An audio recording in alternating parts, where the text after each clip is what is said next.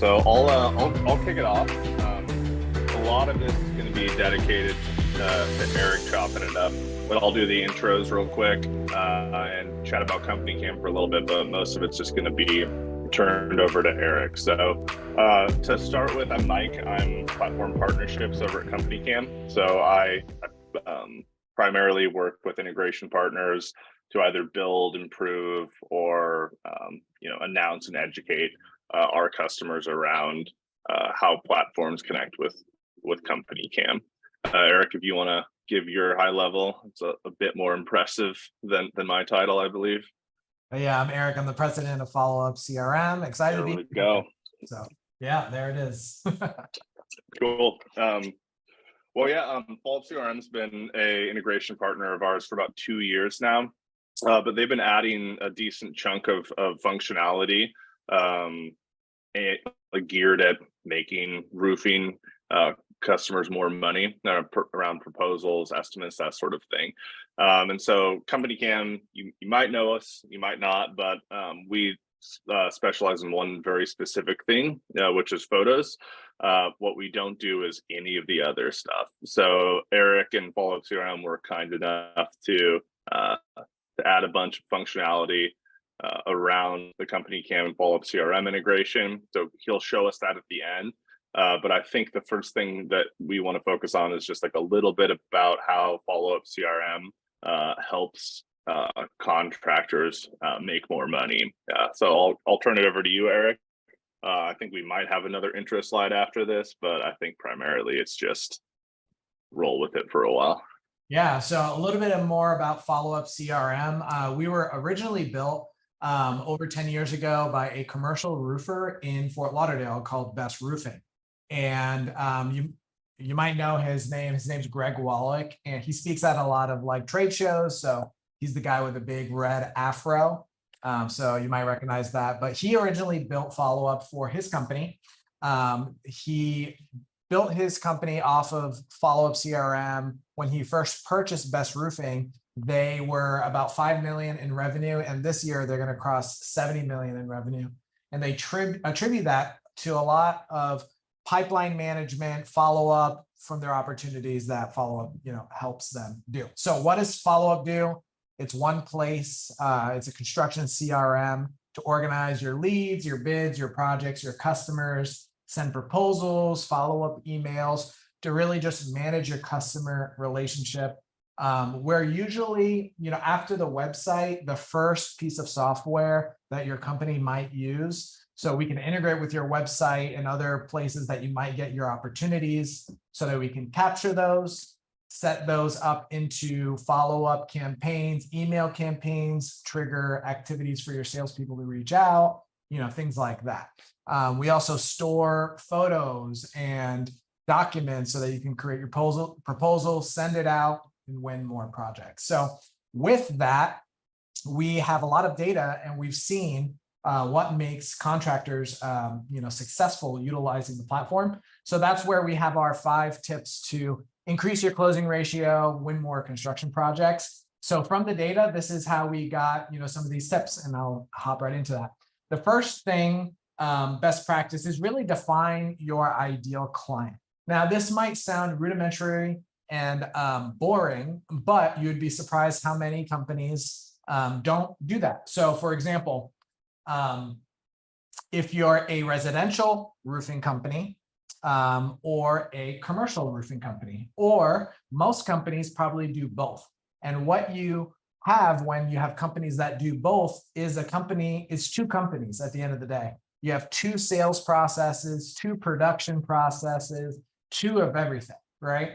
And so what identifying your ideal client helps you do is really hone in one process, one target, and then optimize for that ideal client. So for example, I'll use Best Roofing as an example throughout this whole presentation. They are commercial roofing only, and then they even specialize further into condo buildings that, the high rises here that are plentiful in South Florida.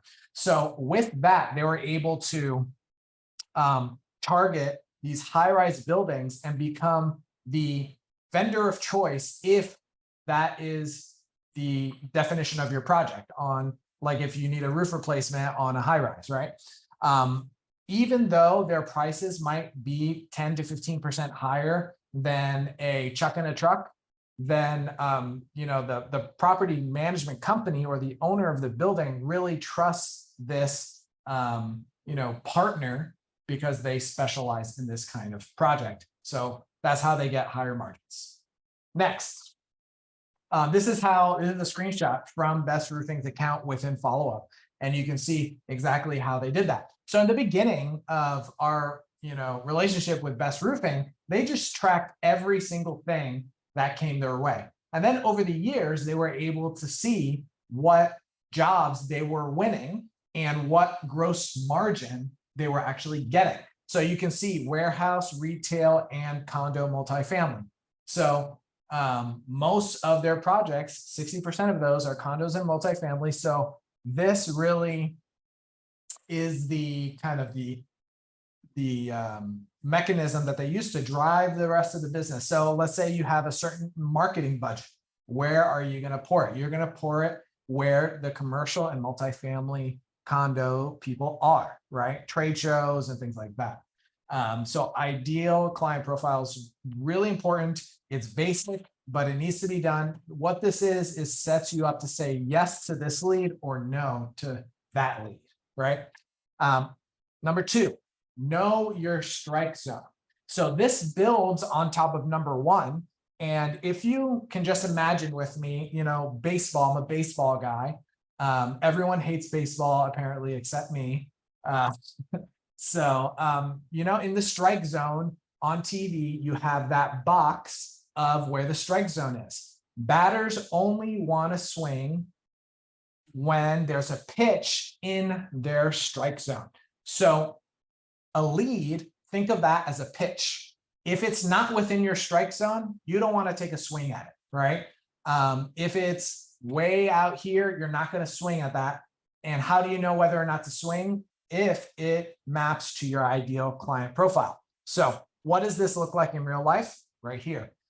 Which opportunities are we most likely to win, right? So clearly here, you can see the strike zone for this company is between 1 and 10K. These are their service opportunities, okay?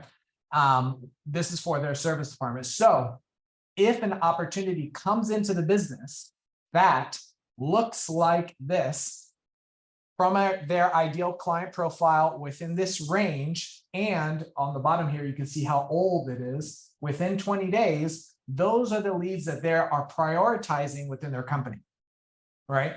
Because those are within their strike zone. They're more likely to win these opportunities, right? So let's say, there's a multi-million-dollar job that comes in. That's probably a bigger decision that's going to take many months to make.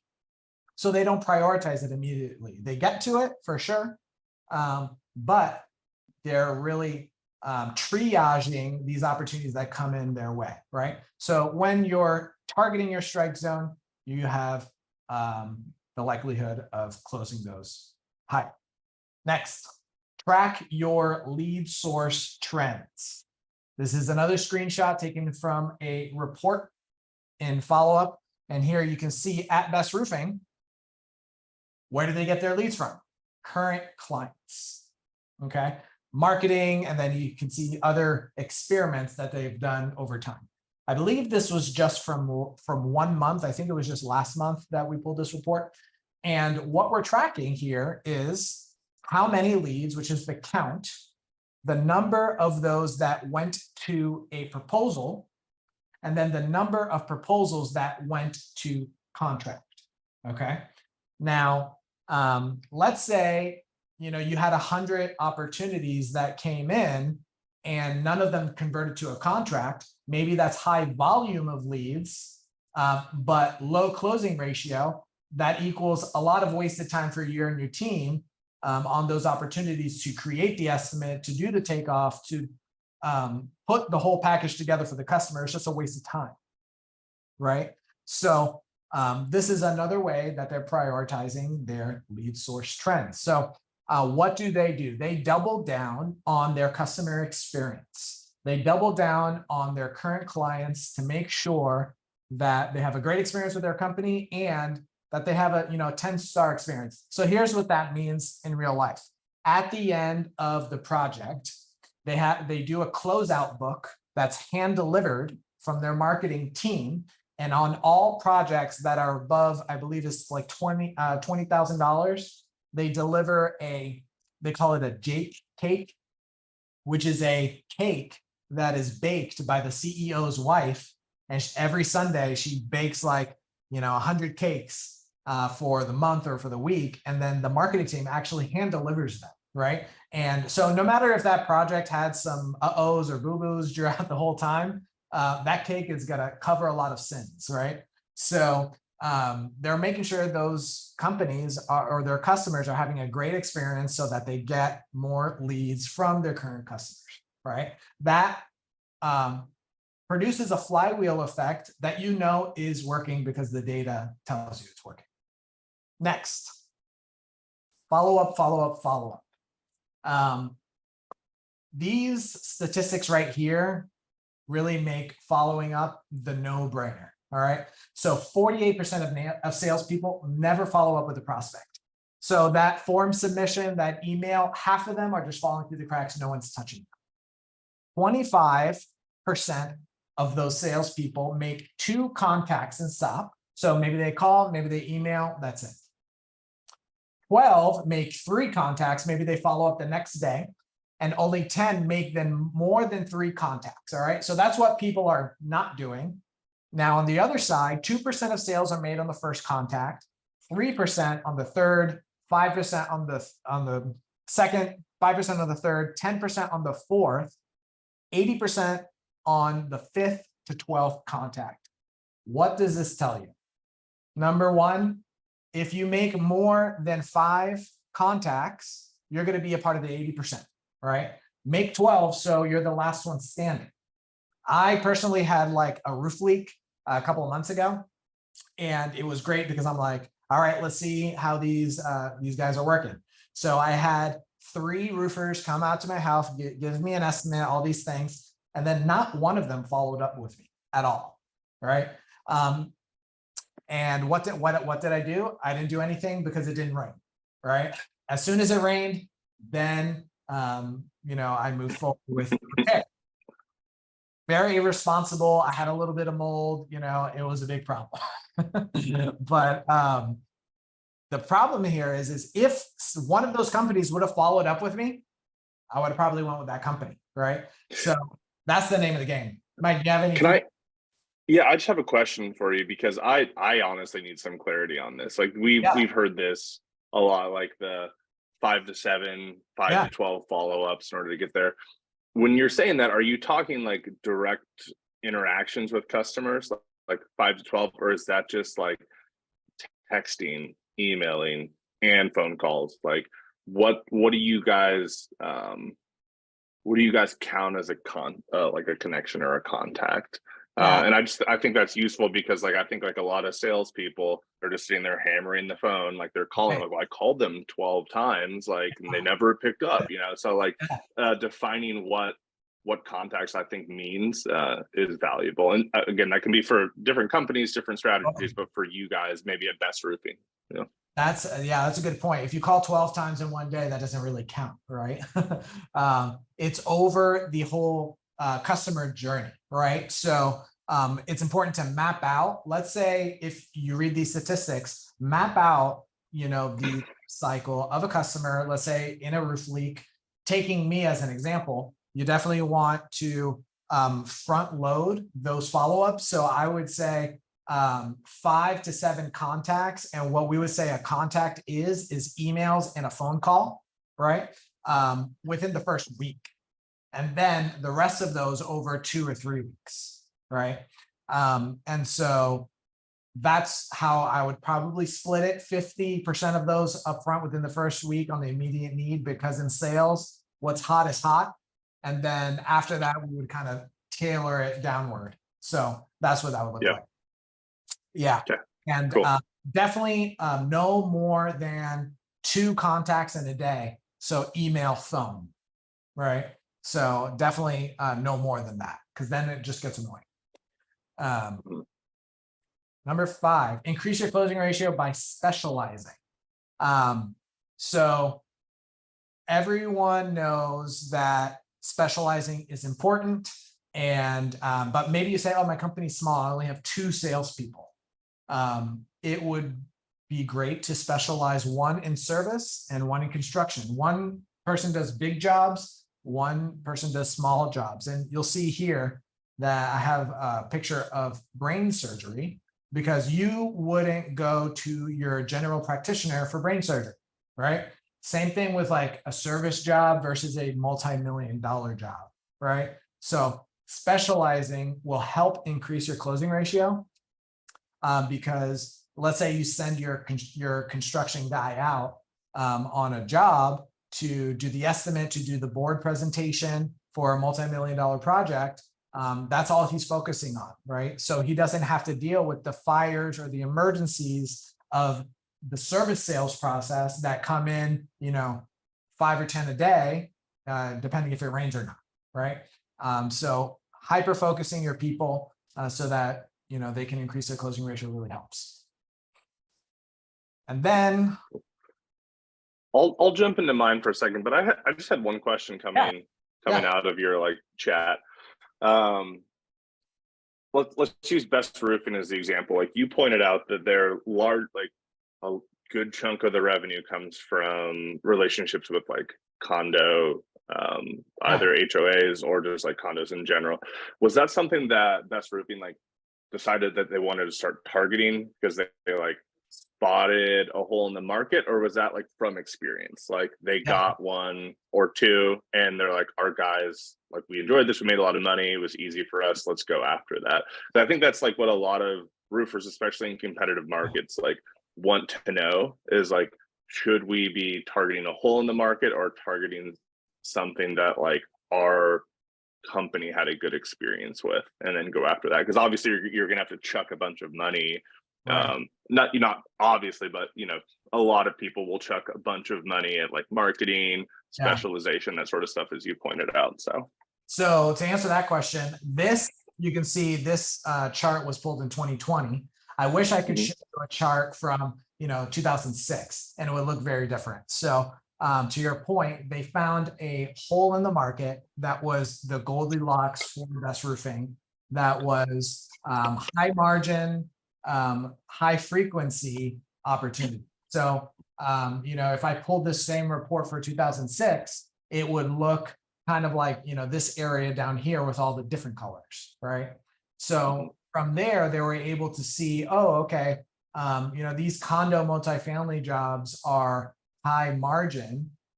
So why don't we target those? And then over time, they, doubled down every year according to the target that they found. So yeah, they found a hole in the market, and every market has that, right? Okay. So yeah. One follow-up question before I move on is, once you find a hole in the market like that and you start doubling down and making cash, is Best Roofing, for example, is their goal to find a secondary one, or just to continue to double down and be the only person in the market that's doing condos? Yeah, no shiny object syndrome. They want to exploit that. So they're going to hit 70 million this year in Broward County alone, right? So South Florida is West Palm, Miami, and Broward. And so, what expansion looks like for them is moving north and moving south, right? Yeah. So just expanding their territory, but same focus in, high-rise commercial buildings. Luckily, the whole state has hurricanes. Cool. Yeah, if you want to slide down to my stuff, I'm going to make it really quick because we got 7 minutes left. All right. So for anyone on here that doesn't know what CompanyCam is, we're photo video capture primarily. We come out of a roofing company in the Midwest that primarily dealt with hail, wind, lightning claims, that sort of stuff. So a lot of insurance claims, and because of that, you need photos. In order to get paid by an insurance company, you need to prove what it looked like before and what it looked like after. So the problem that the company we come out of, White Castle Roofing, had was they were telling their people to take 50, 100 photos per job site throughout the whole process. There's a bunch of different people on there, and everyone, no matter who they are, always resorts to capturing photos on their iPhone or their Android with the camera button. And what that does is create like a giant log jam of photo and video data that's crucial to getting a claim released to you, getting paid, right? You have office people calling, being like, hey, where are these photos? Everyone dumps all their photos just into a file on Friday. There's no context for what's happening. Nobody knows who took them, and it's kind of a mess, right? So what CompanyCam does is just automate all of that.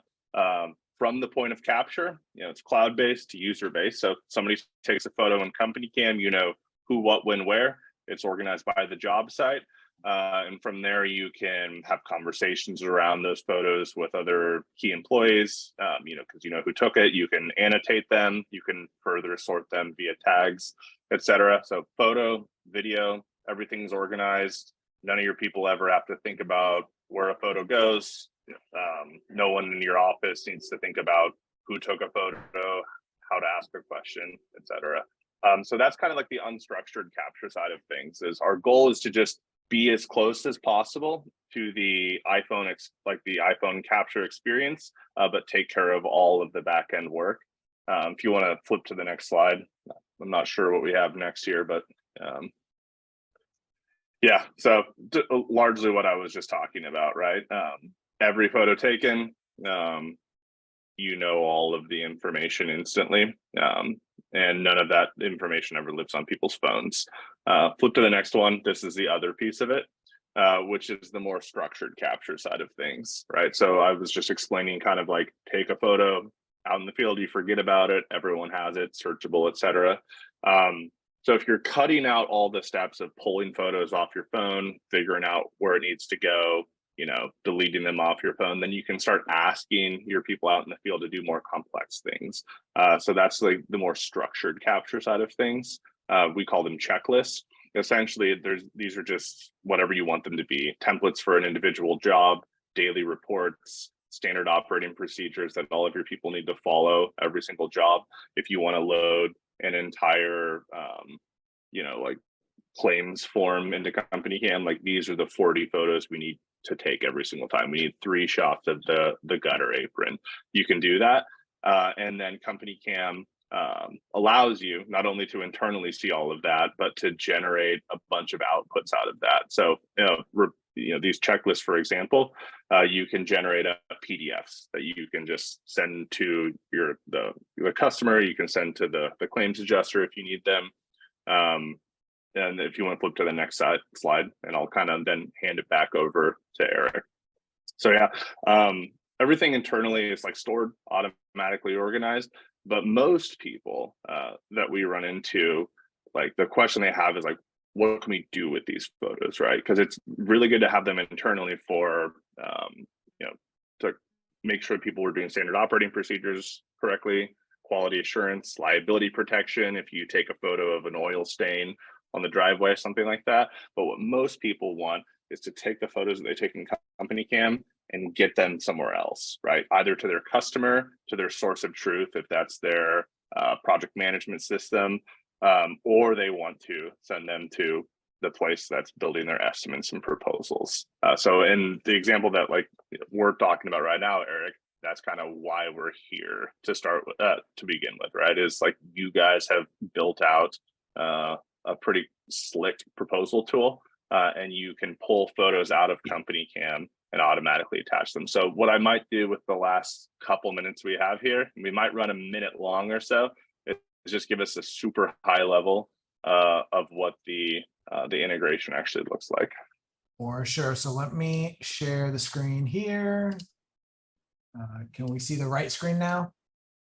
Yeah. Okay, perfect. So this is Followup here. When you create a project, it's a bi-directional sync between Followup and CompanyCam. So I'm going to come in and add a brand new project, and we'll call this. What that means is you can start in either way. Like if you wanted to create the project in CompanyCam first, it would create the project in Followup, and vice versa. Yeah. So let's say the lead comes in, and you enter it into Followup, just like that. Then it can be created in CompanyCam when you are on site. And the way we do that is through the address. So here you'll have a CompanyCam button. You can create in CompanyCam, and what that does is push that over there. Let me enter in my name here. As Eric's filling this out, I should just point out the main organizing system in CompanyCam on the app is by a technician or a salesperson or a project manager's current location. So whatever job site they show up to, again, you might have 1,000 projects in Followup CRM. Whatever job site your people show up to will pull that project up automatically, so they don't have to search around or figure out where the photos go. It just does it automatically for them. So when you enter it in Followup, then when you show up at the site, it's created. And then here, let's refresh this. And then here you can see CompanyCam webinar address created. You open it up. You can take your photos. You can, add your photos here. So let's just add a couple, yada, yada, yada. And so the majority of your people will be using the app as well. Eric's using the web version, but primarily people will be snapping photos out in the field with their phones. Right. So if you're out in the field or if you upload them from the computer, then all of these photos and any annotations, I didn't mention that. If you annotate your photos, we also save those in the project file. So coming back here, we have our CompanyCam project. You can see it's linked and we can sync the photos, right? So then from here, we have our document storage area. Then all your photos and where are they here? Let's see. We're pulling them over into here so that they're stored. Might take a few minutes depending on the API. Let's see. Maybe it's in the photos area. Ah, there they are in the photos folder. So here, all your photos will be pulled into there. Then, like what Mike was saying, what do you do with these photos, right? You can come in here, then take these photos. You can generate a proposal for like e-signature, send it out to your customer for, a transaction, kind of like a DocuSign type feature. So you could come in here, select a proposal template, include like maybe photos of the roof or the building or what have you, and send it off. Cool. Basically what it There's obviously much more that you can do as far as like building proposals. Like that's kind of like choose your own adventure, right? It's like, what kind of proposals are you putting together? To Eric's point, like, are you in condos? Are you in like purely residential, right? Are you in commercial? Either way, like line item by line item, you can throw CompanyCam photos into these proposals. And I can just tell you from working at CompanyCam long enough, the number one thing that we see around sales especially is if you are one of 3 people bidding a job and you're adding reasons with visual evidence of why, this line item exists, you will stand out. People will like it more than just getting a piece of paper that they don't want to read. All they do, if they just have a piece of paper, is they scroll right down to the bottom and they look at the total. If you have photos related to what they're actually doing, they're going to stop each and every time to look at why they're being charged $900 for, et cetera, et cetera.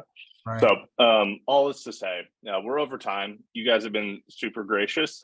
So we'll let you go. Eric, if you want to flip to the last slide, just so we can let people know where to go if they are interested and having a conversation about either of our products. CompanyCam provides a 2-week free trial. Integrations are free. So if you're using Followup and not CompanyCam, visit us at the Followup CRM landing page so you get a slick deal. And if you guys are CompanyCam users and are looking for a more effective sales CRM, then managing it on Google or something like that, go to followupcrm.com and let them know that you came from CompanyCam, and they'll also give you a pretty slick deal. So with that, everyone, happy Wednesday. I think it is. Yeah, happy Wednesday. Enjoy the rest of the week, and thanks for your time. Eric, thanks for your time as well, man. Thanks, Mike. Thank you, everybody. Have a good one. Hey, talk to you guys later. Bye.